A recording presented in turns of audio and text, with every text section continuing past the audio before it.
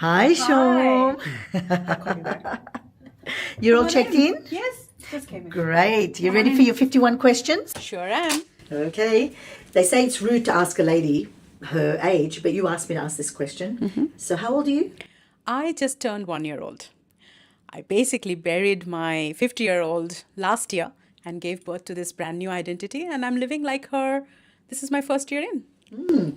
What's something people don't know about you? I actually worked in New York Fashion Week back in 2015 as a backstage dresser. Wow, New York Fashion Week as a backstage dresser. How was that experience? It was fantastic, but very unglamorous. Yeah, because if you want the glamorous version of it, don't work in fashion. What's the most rebellious thing about you? Well, don't try to contain me or control me, because then you get to see the lioness in me. And what's the behavior the world hasn't seen you doing? It's quite the opposite of being the lioness, which is baby talk, and only my husband gets to see that. So, you met your husband on a karaoke app. Yeah. Was it love at first note, or did he have to sing for it? Well, he sang for it, only he didn't know that I was falling for him. And now you're in a long distance relationship. How does that work? Well, you got to make it work. You had reservations about moving to London. What finally made you say, fine, I'll move to his time zone? I wanted two things. I want him and I want London. Okay, so what's the biggest advantage of dating a younger man that nobody talks about? Oh, very appropriate question while I light the fire. It's the best thing ever. Because you get to relive your youth again and get to do it right this time. London, karaoke, a younger man. Did your family think you'd lost the plot, or were they quietly impressed? Forget the family, I thought I was losing the plot. Schooling in 8 cities. You speak multiple languages. You moved to Australia 20 years ago and now moving to London. Do you actually have a home, or is home wherever you go? I go by the principle, bloom where you are planted. What's your default mode? Laziness and procrastination. And how do you fight that? Well, I don't. I just schedule it in, so I don't have to feel guilty of it. What's something no one knows about you? Okay, this is something very weird, and I don't know if you guys can relate to it. So when I dream, if the ending is not according to what I would like it to be, I'll go back to sleep so I can finish it. So I control the story in my dream, always. Gosh. I don't like to wake up to a sad ending. I have to have a happy ending. Wow. Okay. What's your biggest fear, Shom? This one's funny, actually. I feel like sometimes I may just start talking in my mother tongue and not realize it. And halfway through, I'll realize I'm just talking in my own mother tongue. I should just stop. It's very weird. All right, what's a bigger practical joke? Okay. Okay, I know you'll all laugh. This one is when I go to a public toilet, there's the male and the female, right? And then people usually check where they're going, whether it's a male or a female toilet. For me, it's, I check with myself. Am I a man or a woman? Today? Every single time I go there, I first check, am I a man or a woman? That's hilarious. You got another one? Oh dear God. There's this one for on a flight. So when I'm boarding a flight, I've boarded, I've checked in, all of that, I'm sitting down. And then I have this biggest fear that I must have caught the wrong flight. And I'm going to just land somewhere else. Yeah, I think I've had that. Really? I think so. Actually, I've done that.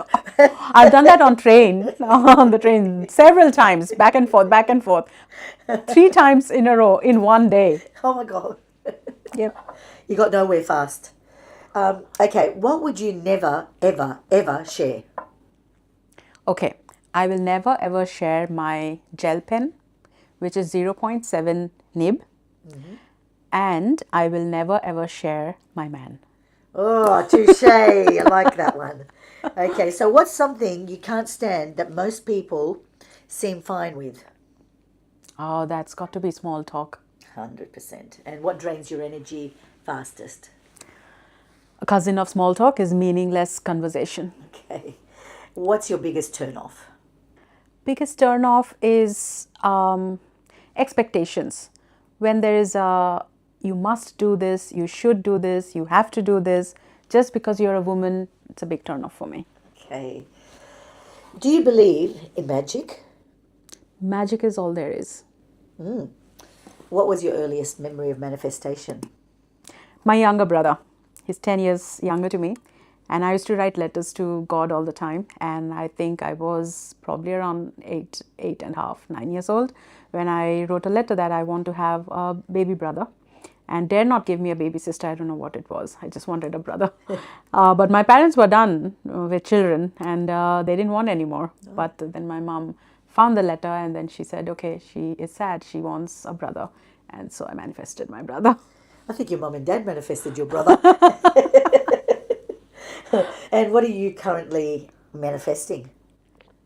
Ooh, nothing, because I already am. All right. And what's been your biggest manifestation so far? I must say the event in Paris, I got invited to be the keynote speaker. That was the biggest achievement. For sure. And what does your inner critic sound like? That I'm going to stay mediocre all my life. How do you fight that? Well, I reject it and I replace it with my own assumptions. And I repeat that. That's where my philosophy of reject, replace, and repeat comes from. Okay. And what version of yourself? Do it again. What version of yourself? I'm going to keep this one. I'm not going to cut this out. This is going to stay. Oh God. What version of yourself are you currently becoming? It's got to be the main character. Okay. Can you tell us a little bit about the main character? About the main character? Yeah. Well, she is all there is. She's love, she's perfection, she's magnetic. Wherever she goes, she's the VIP. That's the main character. I see. Yeah. Have you had a midlife crisis? Yeah, I actually had last year, and it was the biggest spiritual awakening ever. Did you find your calling? I sure did. Why did you become a manifestation coach? What's your real reason? The real reason I'm a manifestation coach is I just want to see the extent of divinity that can come out of that, of my clients, of the extent of their manifestation, what comes through them, how God works through them, and then what manifests. I love to see that. What topic could you talk about for hours without a script? Manifestation. No doubt about that. Okay. You have a full-time job and you're a YouTuber and coach. You record, you edit, you're one person. How do you manage out your time? I like to work with my energy rhythm. I discovered that everybody has a rhythm and I just follow that. Okay. Well, let's talk fitness. You've done 75 hard. You do insanity workouts. Why are you always so hard on yourself? Anything worth achieving is hard. If something's easy, it's not worth it. It just gives me a lot of self-pride, self-worth when I do something hard. How did you know who your niche is? I didn't have to go very far.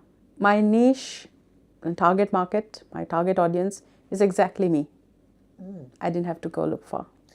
What would you do if you knew no one was watching? I would have full-on adult conversations with my 2 dogs. Oh. What are some dreams that didn't come true? I wanted to be a fashion designer. It was a die-hard dream. That didn't happen. Do you have any regrets? I wish I knew what I know now, but then I wouldn't be this person now. So no regrets. And who inspires you most right now? My future version. You've had a few role models in life. Name a few and what's been your takeaway from each? Okay, Carrie Bradshaw from Sex and the City. I wanted to be the writer like her, the desk by the window, and my desk is right by the window, and I write, and I'm an author. And then Tam Kaur, she's half my age, but extremely inspirational. She's everything that my younger self wanted to be. So, yeah. And what's the best compliment you've ever received? The best compliment I've ever received is from my son. He says, Mama, you haven't aged in 20 years. I see your old photos and you in fact have reversed age. That coming from a son. Lovely. You say you want to be on the cover of Vogue. How's that going to happen? Don't know, don't care, but it's gonna. If your life were compared to a fairy tale, which one would it be?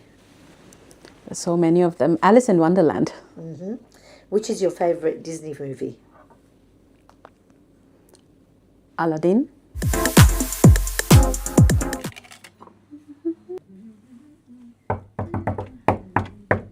Coming. Hi, you're back again. Yes. You ready for your 51 questions? Sure am. Come on in. Mm-hmm. You want to have some coffee? No, I'm intermittent fasting. Intermittent fasting, interesting. All right, let me grab my cup of coffee because I cannot survive without it. Do you want to make yourself feel comfortable and I'll come join you? Sure. Okay. I'm here with you. We were recording me. Lovely. So, Shom, what's the first thought you have when you wake up? When I wake up, the first thought I have is it's going to be an amazing day and it's going to be full of good news. Uh-huh. And what's the first thing you reach for when you wake up? My phone. I have a complicated relationship with phone right now. Working on it. And first drink? Coffee, tea, matcha, or something else? Coffee, always. And what does your morning activation routine look like? Exactly this. My journal, candle, and a box of tissues because there's always tears. And your skin is glowing. How many times do you go for a facial? Thank you, first of all. Once a year, if that. Really? Yeah.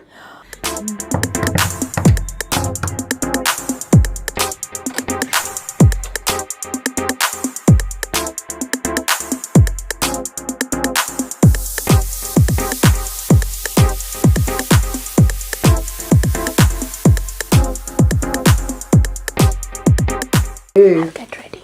Let's go. I am awake. You know what I did? I came. It didn't get recorded. It didn't get recorded. Hang on. think It is recorded or not?